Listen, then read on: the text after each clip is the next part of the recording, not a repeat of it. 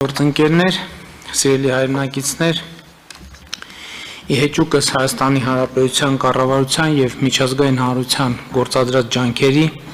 իրադրությունը հայ-ադրբեջանական սահմանագծի երկարությամբ չի կայունանում։ Ադրբեջանը շարունակում է ագրեսիվ ռետորաբանության եւ գործողությունների գործադրումը, միևնույն ժամանակ անպատասխան թողնելով իրադրության քաղաքական եւ երկարաժամկետ կարգավորման ուղղված միջազգային հանրության բոլոր առաջարկները։ Որպես այդպիսին ուզում եմ կրկին նշել ԵԱՀԿ Մինսկի խմբի համանախագահների օրինակ ապրիլի 13-ի հայտարարությունը, որով նրանք կողմերին կոչ են անում առանցին իսկ հնարավորության դեպքում վերսկսել բարձր մակարդակի քաղաքական երկխոսությունը համանախագահների հովանու ներքո։ Ուզում եմ հիշեցնել, որ մինչև օրս Ադրբեջանը չի արձագանքել այս կոչին, մինչդեռ Հայաստանը բազմիցս ընդգծել է իր պատրաստակամությունը ցանկացած պահի սկսելու բանակցային գործընթացը առաջարկվող ֆորմատով։ Մենք արտահայտել ենք նաև ԵԱՀԿ Մինսկի խմբի համանախագահության մանդատից դուրս գտնվող հարցերի վերաբերյալ երկխոսության մեջ լինելու մեր պատրաստակամությունը։ Այսուհանդերձ Ադրբեջանը իր բոլոր գործողություններով փորձում է խափանել երկխոսության որևէ հնարավորություն հռետորաբանությամբ եւ գործողություններով վարկաբեկելով նաեւ նոյեմբերի 9-ի եւ հունվարի 11-ի եռակողմ հայտարարությունները։ Մասնավորապես իհեճուկս 2020 թվականի նոյեմբերի 9-ի եռակողմ հայտարարության 8-րդ կետի Ադրբեջանում շարունակվում են հայ ռազմագերիների, պատանդների եւ այլ պահվող անձանց շինծ ու դատավարությունները, որի հետևանքով նրանք դատապարտվում են երկար տարիների ազատազրկումների։ Հատուկ ուշադրության է արժանի այն փաստը, որ վերջին շրջանում գրեթե բոլոր դատապարտվածները գերեվարվել են նոյեմբերի 9-ից հետո խաղաղապահների պատասխանատվության գոտիներում։ Եթե այս փաստը համադրում ենք այն լայնածավալ հակաքարոզչության հետ, որ Ադրբեջանում վարվում է ընդդեմ խաղաղապահների եւ այն փաստի հետ, որ Ադրբեջանը մինչեւ օրս չի ստորագրել խաղաղապահների մանդատը,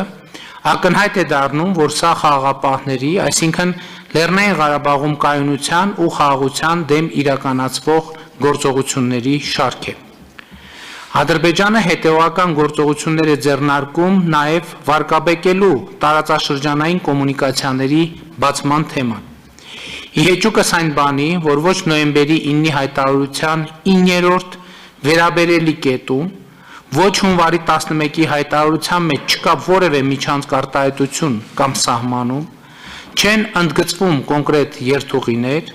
Ադրբեջանը շարունակում է արծարծել ինչ-որ միջանցքի թեմա, մատնանշելով կոնկրետ երթուղիներ եւ ուղղություններ։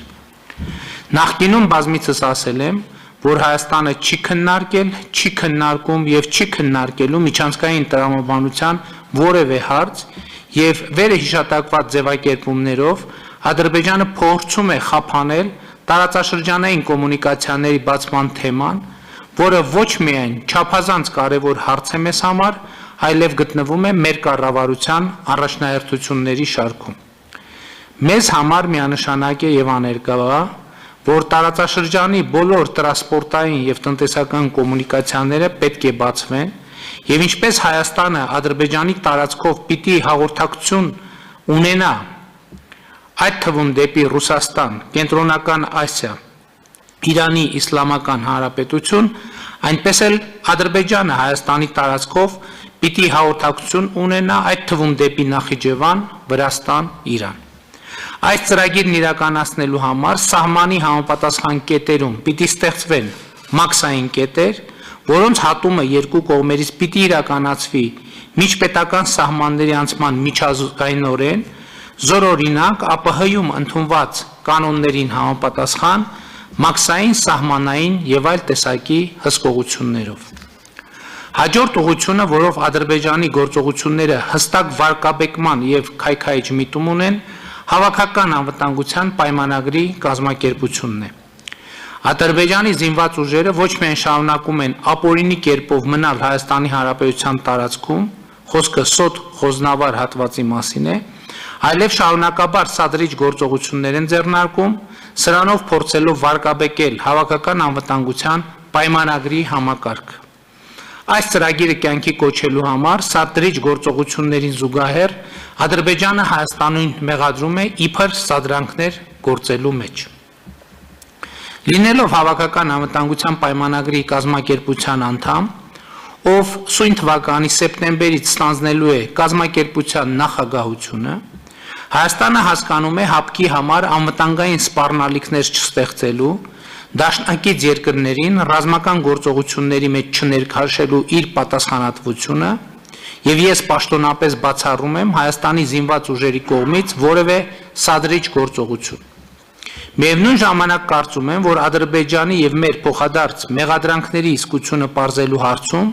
հնարավոր լուծումներից մեկը կարող է լինել ՀԱՊԿ մոնիտորինգային առաքելության տեղակայումը հայ-ադրբեջանական սահմանի երկայնքով, ինչը նախատեսված է ՀԱՊԿ-ի գործունեության իրավակարգավորումներով։ ՀԱՊԿ-ի շրջանակներում նման առաքելություն իրականացնելու անհնարինության պայմաններում մեզ համար կարող են լինել միջազգային այլ ընդունելի ֆորմատներ, ներառյալ ԵԱՀԿ Մինսկի խմբի համանախագահությունը։ Հարգելի գործընկերներ, սիրելի հայրենակիցներ, կրկին ուզում եմ ընդգծել, որ Ադրբեջանի փորձերը ցույց տալ, թե Հայաստանը դեմ է սահմանների դելիմիտացիա եւ դեմարկացիա սկսելու գործընթացին, որևէ կապ չունեն իրականության հետ։ Ընդհակառակը մենք կողմ ենք, ավելին նման գործընթաց մեկնարկելու, տարածաշրջանում կայունություն եւ խաղաղություն հաստատելու մանդատ ենք ստացել սեփական ժողովրդից։ Դեռևս մայիսի 27-ի անվտանգության խորհրդի նիստում ես բարձրաձայնել եմ մեր պատկերացումները սահմանագծման եւ սահմանազատման աշխատանքների մեկնարկի վերաբերյալ։ Դրանք հետևյալն են. Սոտ խոզնավար հատվածում հայ-ադրբեջանական սահմանային գծից թե հայ, թե ադրբեջանական զորքերի ետքաշում, սահմանային գծի երկայնքով Ռուսաստանի Դաշնության սահմանապահ զորքերի հենակետերի տեղադրում եւ սահմանային գծի մոնիտորինգ, ապա սահմանազատման աշխատանքների մեկնարկ, ինչի մեր պատրաստակամությունը հայտնել ենք բազմիցս։ Արկա իրավիճակը հաշվի առնելով, կարծում եմ, որ իմաստ ունի դիտարկել հայ-ադրբեջանական սահմանի ողջ երկայնքով ռուս սահմանապահների հենակետերի տեղակայման հարցը, ինչը հնարավորություն կտա սահմանազատման եւ սահմանագծման աշխատանքներն իրականացնել առանց ռազմական բախումների ռիսկի։